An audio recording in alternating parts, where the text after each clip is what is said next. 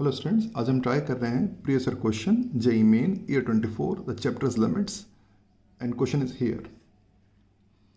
Let a function is defined from real number to 0 to infinity be a strictly increasing function such that limit x tend to infinity f of 7x upon fx is 1 then value of ये आपको function दिया इसकी value निकालनी है is equal to dash. ये option दिए हुए हैं. तो एक बार वीडियो को पॉज करिएगा, क्वेश्चन नोट करिए और एक बार खुद से प्रयास करिए, फिर सोल्यूशन पे आइएगा. उम्मीद करता हूँ आपने प्रयास कर लिया होगा, आंसर तक जरूर पहुँचे होंगे. Anyway we proceed to the solution. सबसे पहले बात करते हैं फंक्शन की प्रॉपर्टी की. फंक्शन में लिखा है function is strictly increasing function. तो थोड़ा समझने के लिए हमें रफली एक फिगर बनाते हैं फंक्शन का. सपोज मैं मान के चलता हूँ ये मेरा एक स्ट्रिक्टली इंक्रीजिंग फंक्शन है जो कि ऊपर की तरफ जा रहा है. इस फंक्शन का जो कोडो में 0 से इन्फिनिटी है तो रेंज जो हमेशा पॉजिटिव ही रहेगी. एनीवे इसमें मैं कुछ नंबर्स ऑप्ट करता हूँ जस्ट फॉर अंडरस्टैंडिंग, समझने के लिए. सपोज ये मेरा x है, ये होगा 5x और इट भी 7x और ये मेरा फंक्शन ग्राफ है. तो सीधी बात है, ये जो मेरा फंक्शन का मेरा आउटपुट मिलेगा ये वैल्यू मेरे को मिलेगी f ऑफ x की. ये वैल्यू मेरे को मिलेगी f ऑफ 5x की वैल्यू मिलेगी और ये वैल्यू मेरे को मिलेगी f ऑफ 7x की वैल्यू मिलेगी. इंक्रीजिंग फंक्शन होने के कारण अगर मैं कहूँ कि5x is more than x and 7x is more than 5x, तो इसका मतलब ये भी हम ये कह सकते हैं कि f ऑफ x से ग्रेटर होगा f ऑफ 5x और इससे ग्रेटर होगा f ऑफ 7x. अगर इंक्रीजिंग ऑर्डर में तो भी कैसे होंगे, इंक्रीजिंग ऑर्डर में ही होंगे. तो इस प्रॉपर्टी को यूज़ करके हमें इस क्वेश्चन को हमें सॉल्व करना है. Anyway now we come to the proper solution. तो as we know that here f(x) से बड़ा होना चाहिए f ऑफ 5x और इससे बड़ा होना चाहिए f ऑफ 7x, इससे बड़ा होना चाहिए. ठीक है.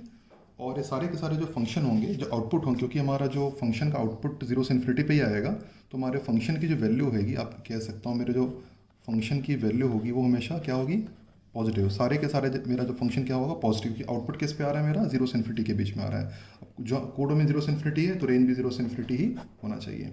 तो एक पॉजिटिव वैल्यू f(x), तो मैं इस f(x) सबको डिवाइड कर देता हूँ क्योंकि यहाँ पर f(x) डिवीजन है, इसलिए इसको ध्यान में रखते हुए मैं यहाँ पे 7x है तो उसको डिवाइड f(x) से कर दे रहा हूँ. तो मैंने सारे को डिवाइड किया f(x) से, तो मेरा बन जाएगा f(x) बाई f(x), फिर मेरा बन जाएगा f of 5x divide by f(x) और फिर मेरा बन जाएगा f of 7x divide by f(x). अब मेरा ये टर्म देखा जाए तो ये वाला क्वेश्चन का टर्म मेरा जनरेट हो चुका है. ठीक है. अब ये हो जाएगा, इसको ले लें. अब मैं यहाँ पे सब में मैं ले लेता हूँ limit x tending to infinity में, सभी में ले लेता हूँ. तो ये हो जाएगा limit x tending to infinity. ये तो 1 हो गया, कट करके 1 आ जाएगा. It is less than limit x tend to infinity f of 5x by f(x) and is less than limit x tend to infinity f of 7x by f(x). Question में ये तो 1 ही होगा ऑफ कोर्स. इसके लिए मुझे calculate करनी है ना. Limit x tending to infinity f of 5x by f(x) मुझे कैलकुलेट करनी है. और ये क्वेश्चन में 1 दिया हुआ है, इनफैक्ट ये में 1 क्वेश्चन में दिया हुआ है.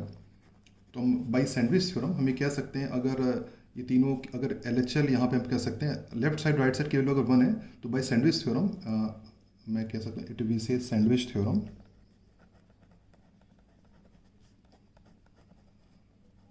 सैंडविच थ्योरम से ये थ्योरम होता है, उससे इसकी वैल्यू भी 1 ही आएगी.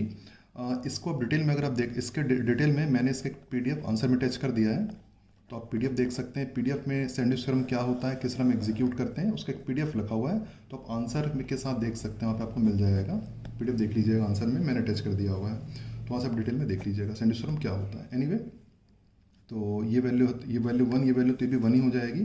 तो फाइनली हम ये कह सकते हैं limit x tending to infinity f of 5x by f(x) की वैल्यू भी हमें 1 मिलेगी.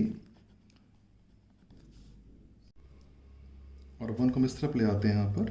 तो limit x tend infinity f of 5x by f(x) minus 1 की वैल्यू कितनी हो जाएगी हमारी, 0 हो जाएगी हमारी. तो ये हमारा होगा फाइनल आंसर, क्योंकि it was option number B हमें दिया हुआ था.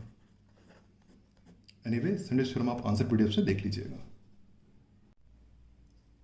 अच्छा, एक चीज़ मैं बताना चाहूँगा, बच्चों के मन में एक चीज़ जरूर आ सकती है कि वन और वन के बीच में वन कैसे आएगा। नेक्स्ट आपको बताना चाहूँगा बच्चों कि बेटा ये जो वन है ये एक्चुअली ये ऑलमोस्ट वन होगा, एग्जैक्ट वन नहीं होगा। ये एग्जैक्ट वन है जबकि ये ऑलमोस्ट वन है।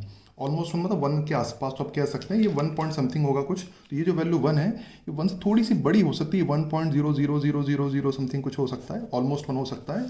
तो हम ये कह सकते हैं वन और ऑलमोस्ट वन के बीच में तो वन आ सकता है, और ये जो वन भी आप कह सकते हैं ये भी ऑलमोस्ट वन होगा। तो ये भी आप कह सकते हैं ये वाला जो भले हम लिखे वहाँ पे वन रहे हैं, but for just mayor understanding you can say it is almost one.